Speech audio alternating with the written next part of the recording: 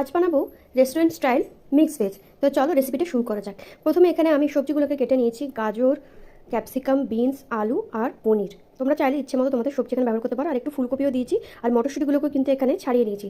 একটা কড়াইয়ের মধ্যে সাদা তেল দিয়ে প্রথমে পনিরগুলোকে একটু ভেজে নেব। তারপর এটাকে নুন জলে একটু ডুবিয়ে রাখবো যাতে পনিরগুলো সফট থাকে। তারপরে একে একে কেটে রাখা সবজিগুলো এটার মধ্যে দিয়ে ভালোভাবে কিন্তু একটু ভেজে নেব, ভেজে তুলে রাখবো। তারপরে একই কড়াইয়ের মধ্যে আরেকটু সাদা তেল দিয়ে দেবো গোটা জিরে আর গোটা গরম মশলা, আর একটা পেস্ট বানিয়ে রেখেছি টমেটো, আদা আর কাঁচা লঙ্কা, সেই পেস্টটাও কিন্তু এটার মধ্যে দিয়ে দেবো।